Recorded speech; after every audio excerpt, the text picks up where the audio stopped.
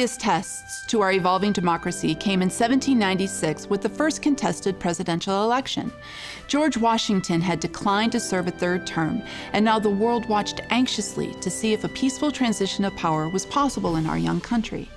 That election was as contentious and heatedly debated as any in recent history. But when the votes were counted, a new president, John Adams, became the new commander-in-chief. Since then, the election day scene has been played out many times. Two factors makes this process possible: an engaged public that believes the process is fair, and the presence of poll workers and election officials to provide oversight and give the process legitimacy. And of course, that's where you come in. As a poll worker, it's vital you understand your role in serving as an election official. You'll be provided adequate training so you understand your technical responsibilities, and you'll receive guidance on interpersonal dealings with the public, which is often the more challenging part of the job. Our focus today, however, is on how to interact with a particular segment of the voting population, those individuals with disabilities. Hi, my name is Jennifer, and I'll be your guide as we cover some very important information. Every citizen is entitled to vote, and as facilitators of that process, poll workers need to make the system equally accessible. This requires the polling place to be fully accessible by ensuring that proper parking is designated for voters with disabilities, that signage directs voters to the entrance or entrances of the facilities, including a separate accessible entrance if necessary, and that the room where the poll is located is accommodating.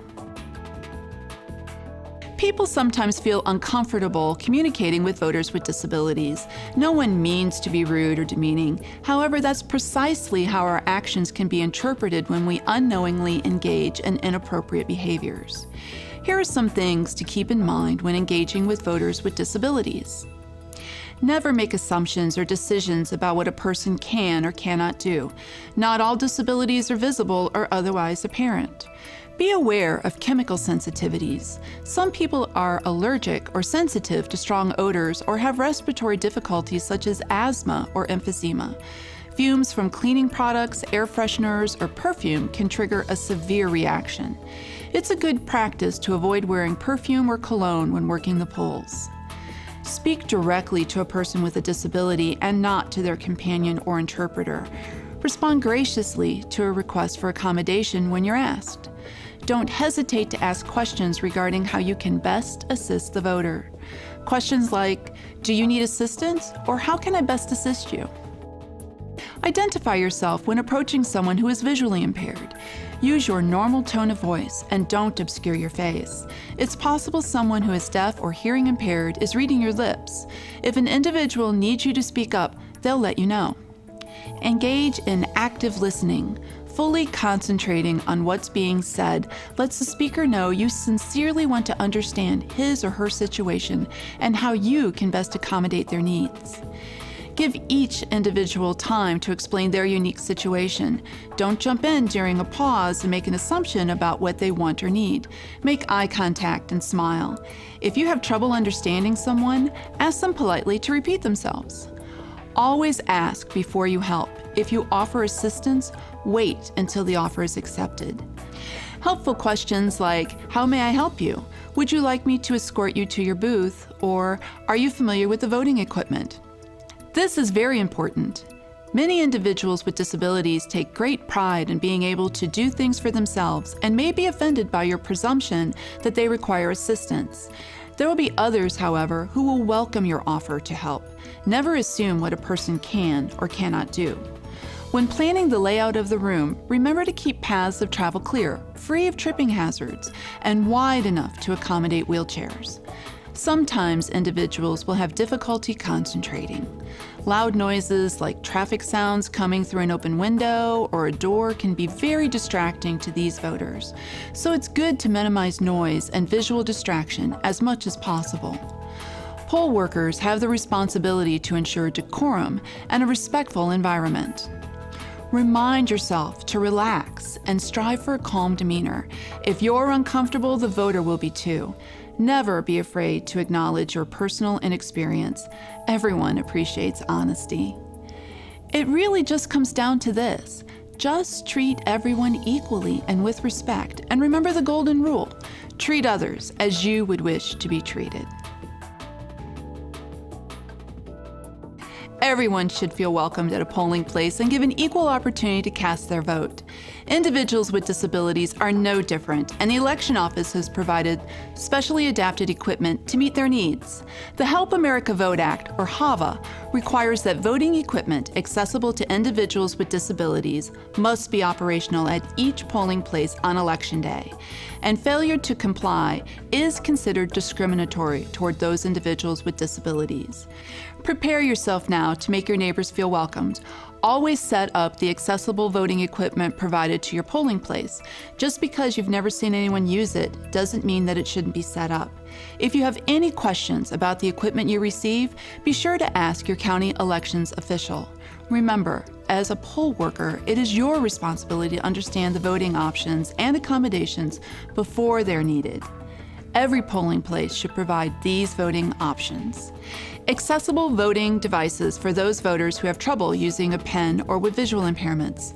The following features may be used as needed: audio component, high contrast screens, large fonts on screens, and language options. Wheelchair accessible voting booths. These booths can be used by individuals who would like to sit when casting their ballots. Magnifying sheets are also available to make reading paper ballots easier. Booths may be equipped with additional lighting to make seeing easier, and pen cushions may be available to make it easier to hold a pen. Voters may bring a person of their choosing into the polling place to assist them in casting their ballot. Another option would be curbside voting. Poll workers may assist voters in casting their ballot through bipartisan assistance teams, if the voter requests assistance. When assisting a voter in casting their ballot, do so quietly to ensure the voter's privacy. Let's quickly review the do's and don'ts of addressing and assisting voters with disabilities. Voters with disabilities usually like to vote as independently as possible. Don't make assumptions about what a person can or cannot do. Speak directly to the individual rather than addressing your comments to a companion or interpreter accompanying a voter. Hi there. Hello. I'm Diane. Are you going to need any assistance voting today? I'll just need a place that's a little bit lower that I could reach. Okay, there's some lower tables and booths straight ahead. Okay, great. Thank you very much. If an individual needs you to speak up, he or she will let you know. Make your face visible when speaking. Hi, I'm Diane. Are you familiar with the paper ballots and where you complete the arrows here? Sorry, I didn't hear you. Could you please repeat that? Oh, sure. I'm Diane. Are you familiar with the paper ballots and how those work? Yes, I am. Okay, great. Well, just be sure and do the backside too. Great, thank you. Okay. Identify yourself when approaching someone who is visually impaired. Remember to ask if a voter would like assistance and wait for their reply. Do not attempt to provide physical assistance if not offered and accepted. Oh, you're so cute. You're so cute. You're such a handsome dog. Yes, you are. What's your name? What's your name? Her name's Kukla. And Hi, Kukla. You're so cute. I'm sorry, but would you mind not petting her because she's working right now? Oh, okay. Thank you. You're welcome. Hello, sir. My name is Carlos. I'm your poll worker for today. Would you please take one step forward? Now I'm accessing your voter card. Here you go. Would you like any assistance? Yes, thank you. Could I get your left arm, please? Yes, you may.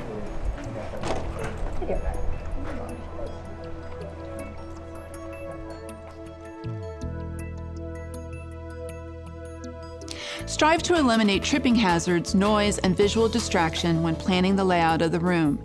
Be sure traffic lanes are wide enough to navigate in a wheelchair. Refer to the guidelines provided to you by your election office for specific information. If you need to assist a voter by reading the ballot, do it quietly to ensure the voter's privacy.